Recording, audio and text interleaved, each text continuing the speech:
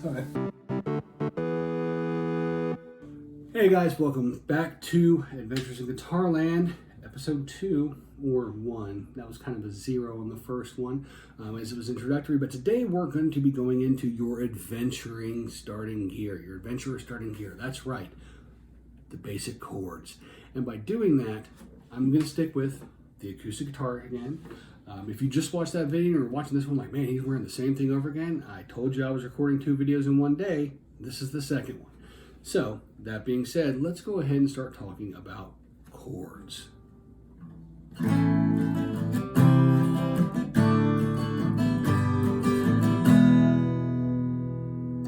So, those are the chords you're going to be learning today. And what a chord actually is, and we're going to kind of break this up, and I'll explain more in a later video on what I'm talking about here, is the chord is, like I said, it is your basic starting gear.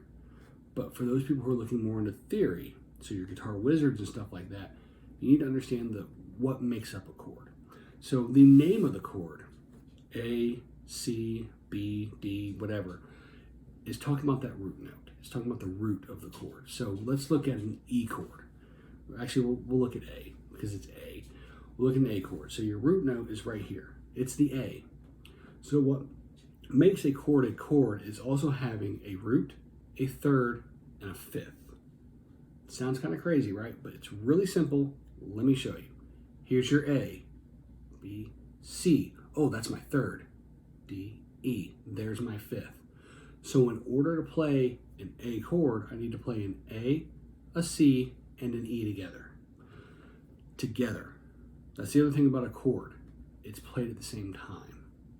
So let's look at an A chord. We're going to look at these, they're the open chords again. This is your starting gear. So an A chord, index finger on the 2nd fret of your D string, middle finger, 2nd fret of your G string, ring finger, 2nd fret of the B string. Make sure that you're curling, see how I can let you see that, curling your hand so that you're not hitting that string with the fleshy part of your hand right here. Common mistake for an A chord. So let's put them back again. Index, 2nd fret, D string, middle finger, 2nd fret, G string, ring finger, 2nd fret, B string. And what you have here is, by the way, until we get to the E and G chords, we're not playing this low E string. You're just playing the A string and down. So you have, man, sounds pretty, doesn't it? So you're playing an A, right? That's your A. You're playing an E, there's its fifth. Then right after that, you're playing an A. Ooh. Then you're playing that C, then an E. So that's actually a chord right there. But then you expand it, it's so much better. Because this, while technically an A chord, doesn't sound as good as that does. So that's your open A. Again, we're not playing this string. And if you have issues with that, you can always kind of pull your thumb over, but then you're going to have issues up here. So just learn how to hit it. Now let's go into the C chord. C chord is played like this.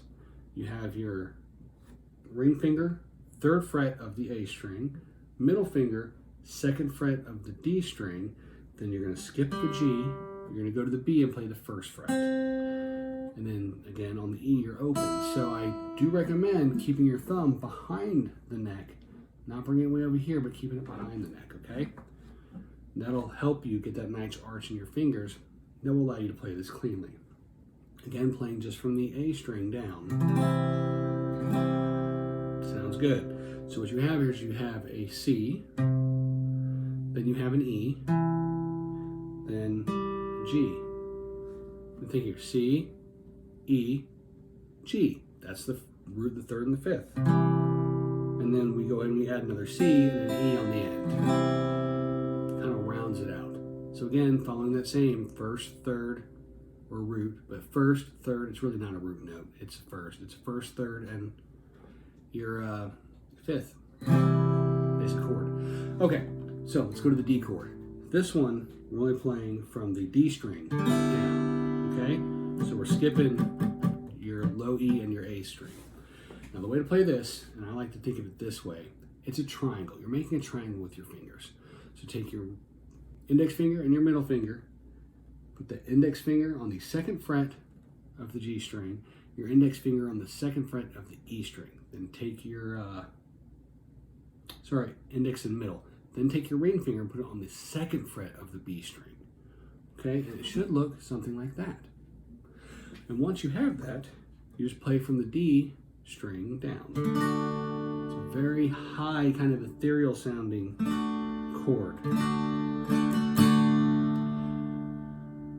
So there you go. There's your D. And what you have here is you have a D, you have an A, you have a D, and you have a, you have an F sharp. So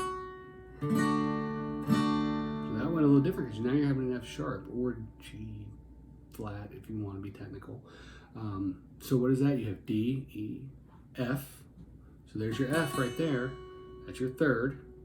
And then you have a G and an A, which you know we're already playing, right? So there's your 1st, 3rd, 5th. Now we're going to start on the other 2 chords, your E and your G chord. Now there is a reason that we're skipping the B chord and the F chord. And the reason being is because the B chord is a beast and I want to give you time to get your fingers used to doing stuff. The F chord is kind of also a beast as well. However, it also leads me into an entirely separate topic that is going to be in another video. And these are the ones that you really need. Anyways, these are the most commonly played. These chords are played in all kinds of music. Everything from jazz, country, classical, punk, metal, pop, they all play it, even folk music. So they're used in all of those. But let's go ahead and get into that E chord. Again, now with these next 2, we're playing every string, all 6 of them. So the E string's gonna be open on the E chord. That's gonna be our 1st. Then you're gonna take your middle finger, put it on the 2nd fret of the A string, so you're playing a B. Then take your ring finger, put it on the 2nd fret of your D string for another E, so E, B, E. Then take your index finger and put it on the 1st fret of that G string, okay? And then the last 2 are open for another B and E. So what you have here is an E, E, E, then right there, that is a G sharp. And then a B and E. Not bad. I like it. So if you're looking at that, it's E, F, G is your 3rd, and then B is your 5th. So that's simple in that. Now let's go to the G chord. This one used to be my bane. And I'm going to show you how you should play it, and then show you how you can while your fingers are learning to stretch and get more dexterous. So, starting on that low E string, take your middle finger, put it on the 3rd fret. Now you're taking your ring finger and you're stretching all the way over to the high E and also putting it on the 3rd fret. Remember, these are both E's, so now they're both G's. Then on the A string, take your index finger and put it on the 2nd fret. Play through.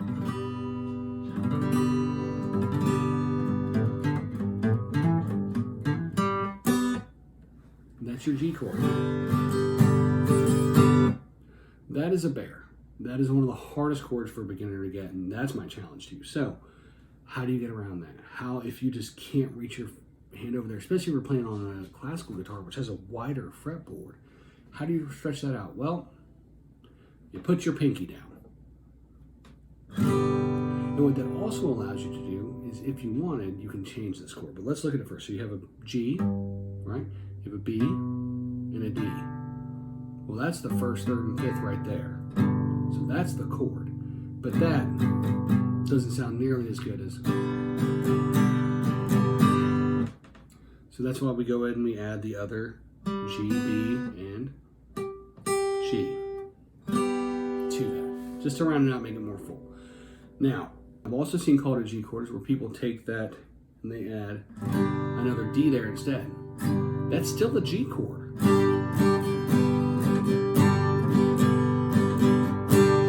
Because you're still playing 1st, 5th, or 1st, 3rd, and 5th. So, there are your chords. We'll go over them each one last time. So you have your A chord, you have your C, you have your D, your G, or your E, then and your G. So, how do you remember those? Well, first of all, when you're playing them, you should say them like I just did. A, C, C, C, C. Now I'm going to D, D, D, D, D, E, E, E, E, G, G, G, G. So say them. That way you memorize which one is which. The other thing you can do is you can do a bouncing technique, which is something that I like to do, especially when I was going between G and D, and I'll show you why that's important. So when you're doing G, I would play it, I'd stop, I'd lift my fingers up and put them back down.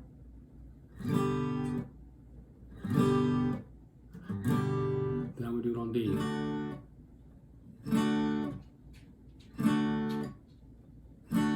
What that does is it trains your fingers how to make that chord every time. Now, what I will caution you against is doing this. You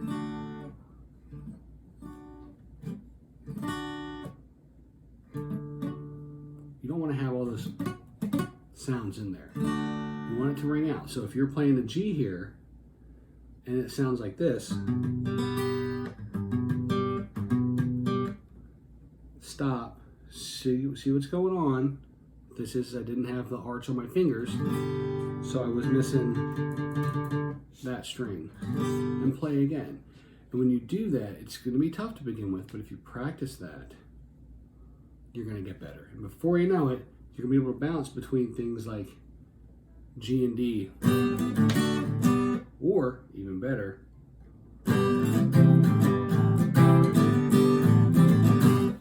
between G and C, or G and D, or G and E. So understanding those chords is a huge deal.